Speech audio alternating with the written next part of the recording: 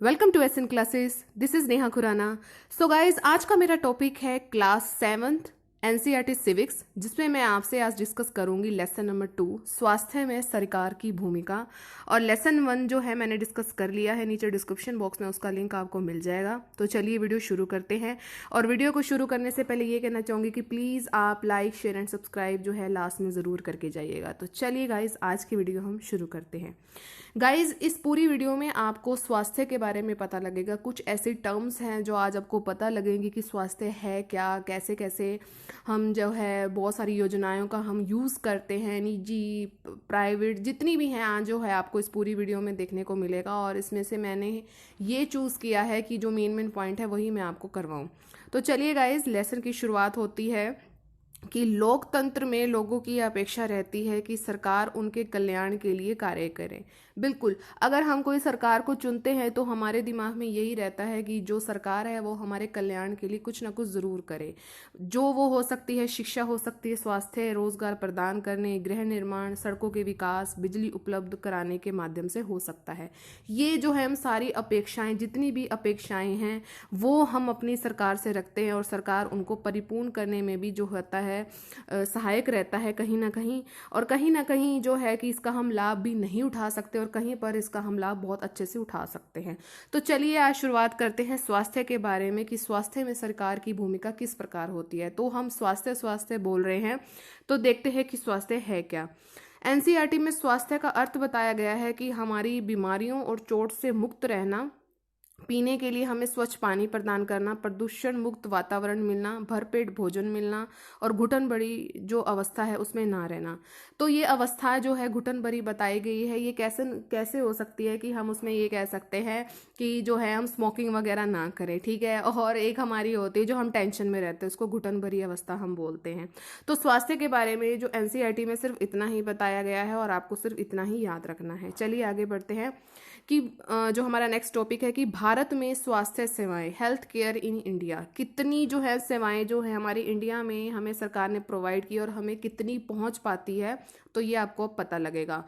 भारत में सर्वाधिक चिकित्सा महाविद्यालय, अधिकांश डॉक्टरी शहरी क्षेत्र में है। ग्रामीण क्षेत्रों में जो संख्या है गाइस बहुत ज़्यादा कम है। शहरी में ज़्यादा है और ग्रामीण में कम है, लेकिन ऐसा नहीं होना चाहिए कि ग्रामीण में भी पूरा ही जो है सुविधाएं प्रदान करनी चाहिए जैसे कि शहरों में होती हैं।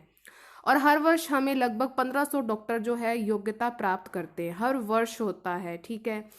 अस्पतालों की काफ़ी वृद्धि हुई है। 1950 में गाइस 2717 थी, और 2018 में हुई 18,218। तो ये आपको याद रखना है। याद रखने के लिए आप 18 याद कर सकते हैं अगर ये ऑप्शन आ जाता है तो, ठीक है। करीब 5 लाख लोग प्रति वर्ष जो है टीबी से क्या करते हैं, मर जाते हैं। इतनी सुविधाएं होने के बाद भी जो है कि टीबी से लोग, इतने सारे लोग मर जाते हैं प्रति वर्ष, ठीक है। बहुत बड़ी संख्या में चिकित्सा पर्यटक, सबको पीने का स्वच्छ जल उपलब्ध नहीं है। अब ये चिकित्सा पर्यटक कौन से होते हैं कि मान लीजिए कोई बाहर देश में रहता है और वो हमारे इंडिया में आता है, ठीक है, तो उसको वो सुविधाएं प्रदान की जाती, क्योंकि वहाँ पर जो है उसको वो खर्चा जो बहुत ज़्यादा लगने लग जाता है, और हमारे इंडिया में वो खर्चा बहुत कम होता है। कोई सर्जरी करवानी हो, कुछ भी करवाना हो, तो वो यहाँ पर आते हैं। तो ये बता रहे हैं एनसीईआरटी में कि पीने को स्वच्छ जल जो है उनको उपलब्ध नहीं करवाया जाता है, ठीक है। चिकित्सा विज्ञान में असाधारण प्रगति हुई है, जिसके चलते देश में इलाज की नई तकनीक और विधियां भी उपलब्ध हैं। इतने सकारात्मक विकास के बाद भी हम जनता को उचित स्वास्थ्य सेवा देने में असमर्थ है। बिल्कुल, इतना कुछ हम जो है सरकार हमें प्रोवाइड करती, लेकिन आज भी लोग इनसे वंचित हैं। यह विरोधाभास स्थिति है जो हमारा अपेक्षाओं के विपरीत है। हमारे देश के पास पैसा है, ज्ञान है, अनुभवी व्यक्ति हैं, फिर भी हम स्वास्थ्य सेवाएं देने में क्या है, असमर्थ हैं। अब नेक्स्ट टॉपिक इसमें एनसीईआरटी में है कि हमें सरकार को क्यों कर देना चाहिए। कर मतलब टैक्स। टैक्स हमें क्यों देना चाहिए सरकार को, हमारे माइंड में भी आता है। तो ये टैक्स जो है गाइस, ये हमारे लिए ही यूज किया जाता है। वो यूज कैसे किया जाता है, सरकार कर से प्राप्त धन का उपयोग विभिन्न प्रकार की सार्वजनिक सेवाओं को मुहैया करवाने में खर्च करवाती है। कैसे सार्वजनिक, कौन सी सार्वजनिक सेवाएं हैं, जैसे कि पुलिस में, राजमार्ग में, शिक्षा में, स्वास्थ्य में, इन सब में बहुत सारी सेवाएं हैं जो हमें सरकार प्रदान करती है। हम अपने घर से पैसा खर्च नहीं करते, लेकिन हम उनको कर और टैक्स जरूर देते हैं, जिससे कि वो जितनी भी सार्वजनिक सेवाएं हैं जब हम घर से बाहर निकलते हैं तो हमें सरकार प्रोवाइड करती है, ठीक है। और सभी नागरिक जो है इसका फायदा उठाते हैं। चलिए, सार्वजनिक स्वास्थ्य सेवाएं अब कौन सी हैं? पब्लिक हेल्थ सर्विस, जिसके बारे में अभी बात की गई थी। तो सार्वजनिक स्वास्थ्य सेवा में स्वास्थ्य केंद्र होते हैं, अस्पताल होते हैं, इनकी एक श्रृंखला होती है जो कि सरकार द्वारा चलाई जाती है, और जिसमें केंद्र सरकार और अस्पताल जो होते हैं गाइस, ये आपस में जुड़े होते हैं। ध्यान रखिएगा, केंद्र सरकार, जिससे कि क्या होता है, जो शहरी और ग्रामीण क्षेत्र होते हैं उनको वो सभी सुविधाएं प्रदान करते हैं और उनको सभी बीमारियों का इलाज प्रदान करते हैं। याद रखिएगा कि सार्वजनिक में केंद्र सरकार और अस्पताल जो है आपस में जुड़े होते हैं। अब गांव की हम बात करेंगे कि ग्राम के स्तर पर एक स्वास्थ्य केंद्र होता है, अस्पताल की यहाँ बात नहीं हो रही, केंद्र होता है, और जिला स्तर पर जिला अस्पताल होता है जो इन सभी स्वास्थ्य केंद्रों की देखरेख करता है। हर जिले की ये जो है कह सकते हैं रिस्पॉन्सिबिलिटी है कि वो उनकी देखरेख करे। तो जिला स्तर पर होता है जिला अस्पताल, ठीक है, और ग्राम के स्तर पर क्या होता है? स्वास्थ्य केंद्र होता है। इन सेवाओं को चलाने के लिए धन उस पैसे से ही आता है जो लोग सरकार को टैक्स के रूप में देते हैं, सभी कुछ वहीं से आता है, ठीक है। स्वास्थ्य सेवाओं का अन्य महत्वपूर्ण कार्य है बीमारियां जैसे कि टीबी हो गया, मलेरिया हो गया, पीलिया हो गया, दस्त लगना हो गया, हैजा, चिकनगुनिया, ये सभी जितनी बीमारियां हैं उनका क्या कार्य है कि इन सबको फैलने से रोकना, और इसकी व्यवस्था सरकार के लोगों के सहयोग से करनी होती है। अन्यथा क्या होगा, ये असफल हो जाएगी। अगर हमें सरकार का सहयोग नहीं मिलेगा तो ये सभी सेवाएं हमारे लिए निष्फल हो जाएंगी। आपस में जुड़कर ही हम क्या है इसका निदान कर सकते हैं। हमारे संविधान के अनुसार लोगों के हित को सुनिश्चित करना और सबको स्वास्थ्य सेवाएं प्रदान करना सरकार का प्राथमिक कर्तव्य है। हमारे संविधान में ये है, लेकिन ऐसा नहीं होता है गाइस, बिल्कुल भी नहीं होता है। स्वास्थ्य सेवा सबको प्रदान नहीं की जाती है। जो गरीब आदमी होता है तो उसको तो बिल्कुल भी नहीं की जाती है।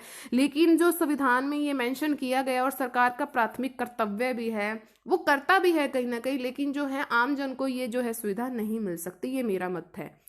नेक्स्ट हमारा टॉपिक है कि निजी स्वास्थ्य सेवाएं, प्राइवेट हेल्थ फैसिलिटीज।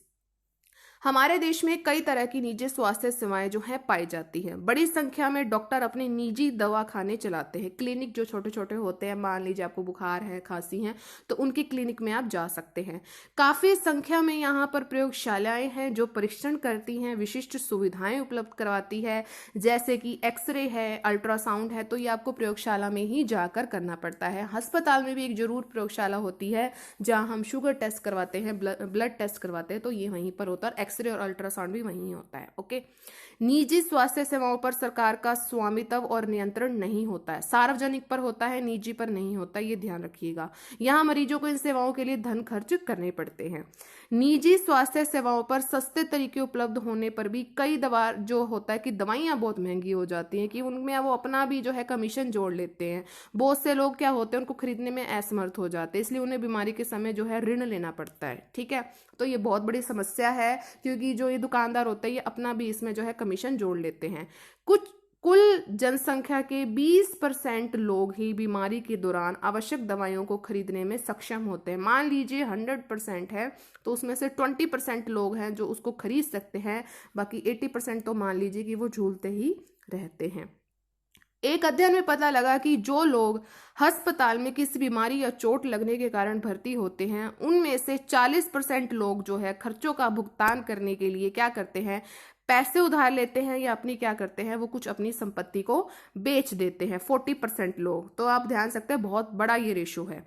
अब इसके लिए क्या किया जा सकता है, व्हाट कैन बी डन। यह सरकार का उत्तरदायित्व है कि वे अपने सभी नागरिकों को विशेषकर गरीबों और सुविधाहीनों को गुणात्मक सेवाएं प्रदान करें ताकि उन्हें निजी जो है स्वास्थ्य केंद्र में ना जाना पड़े, सार्वजनिक में ही वो रहे जो कि सरकार के अंडर है। तो वो कुछ ऐसा सेवाएं प्रदान करे कि उनको वहां मूव ना होना पड़े। सभी को लोगों के स्वास्थ्य की दशा सुधारने के लिए लोगों के सामाजिक स्थिति और स्वास्थ्य दोनों पर काम करना होगा। सामाजिक स्थिति हम कैसे कर सकते हैं कि बेरोजगारी बहुत ज्यादा बढ़ रही है, पहले तो उनको रोजगार दो जिससे ही उनको भरपेट भोजन देने की सुविधा करो कि जिससे उन्हें कोई बीमारी हो ही ना। तो ये कुछ ऐसी स्थितियां होती हैं कि जिसकी वजह से जो है माइंड बहुत ज़्यादा अपसेट हो जाता है और जो स्वास्थ्य पर जैसे है प्रभाव पड़ता रहता है। तो इस कारण भी जो है कि थोड़ा सा ध्यान जो है हमारी सरकार को सामाजिक स्थिति पर भी देना चाहिए, तभी स्वास्थ्य हमारा सुधरेगा। एक यहाँ जो है एनसीईआरटी में केरल का अनुभव बताया गया है, थोड़ा सा इंपॉर्टेंट लगा तो सोचा आपको बता दूं। 1996 में केरल सरकार ने राज्य में कुछ महत्वपूर्ण परिवर्तन किए, जिसमें राज्य के पूरे बजट का 40% पंचायतों को दे दिया। 40%, ध्यान रखिएगा। इससे गांव के लिए पीने का पानी, आहार और औरतों के विकास और शिक्षा आदि के लिए उचित व्यवस्था सुनिश्चित करना संभव हो सका। ये केरल की बात हो रही है 1996 की। अब है कोस्टारिका का तरीका। कोस्टारिका को दक्षिण अमेरिका का सबसे जो है स्वस्थ देश माना जाता है। काफी इंपॉर्टेंट है ये, आपके एचटेट में भी आ सकता है कि डायरेक्ट क्वेश्चन आपसे पूछा जा सकता है कि दक्षिण अमेरिका का सबसे स्वस्थ देश कौन सा है, तो कोस्टारिका है। उन्होंने देश में क्या किया, उन्होंने देश में सेना नहीं रखने का निर्णय लिया, और जितना हम सेना पर खर्च करते थे उन्होंने उस धन का क्या किया, अपनी आधारभूत जरूरतों पर खर्च करने पर इनको मदद मिली। उन्होंने क्या किया कि सेना को इकट्ठा नहीं किया, सेना नहीं करी, सेना को ऑर्गेनाइज नहीं किया, उस पर व्यय नहीं किया, वो सभी की सभी जितना भी जो खर्चा था, वो जो उनकी जो जरूरतें थी उन्होंने उस पर खर्चा किया। स्वास्थ्य की शिक्षा को बहुत महत्वपूर्ण माना जाता है और सभी स्तरों पर स्वास्थ्य संबंधी ज्ञान शिक्षा का एक जरूरी भाग है। बिल्कुल, हमें तो यूं करना चाहिए कि स्कूल लेवल पर ही हमें स्वास्थ्य के बारे में बहुत अच्छे से समझाना चाहिए, स्वास्थ्य केंद्रों के बारे में भी बहुत अच्छे से बताना चाहिए, जिससे कि जो है लोग कम से कम बीमार हो सके। अगर उन्हें कुछ होता भी है तो उन्हें थोड़ी बहुत जो है जो सुविधाएं प्रोवाइड करके उनके ठीक किया जा सकता है। लेकिन हमें अज्ञानता इतनी है कि हम अपने उसमें रहते हैं कि हम यहाँ नहीं जाएंगे, वहाँ नहीं जाएंगे, तो हम जो है स्वस्थ नहीं रह सकते। तो ये सब कुछ थोड़ा बहुत तो ये हमारे हाथ में भी होता है, और जागरूकता बहुत ज़्यादा ज़रूरी है। तो गाइज, ये था मेरा आज का वीडियो। कैसा लगा कमेंट सेक्शन में ज़रूर बताइएगा। ज़्यादा से ज़्यादा लाइक, शेयर एंड सब्सक्राइब ज़रूर कीजिएगा। बेल आइकन को जरूर हिट कीजिए, तभी आपको मेरी नोटिफिकेशन सारी मिलेंगी। हम मिलेंगे अपनी नेक्स्ट वीडियो में। Till then, thank you so much for watching guys. Bye bye guys and take care.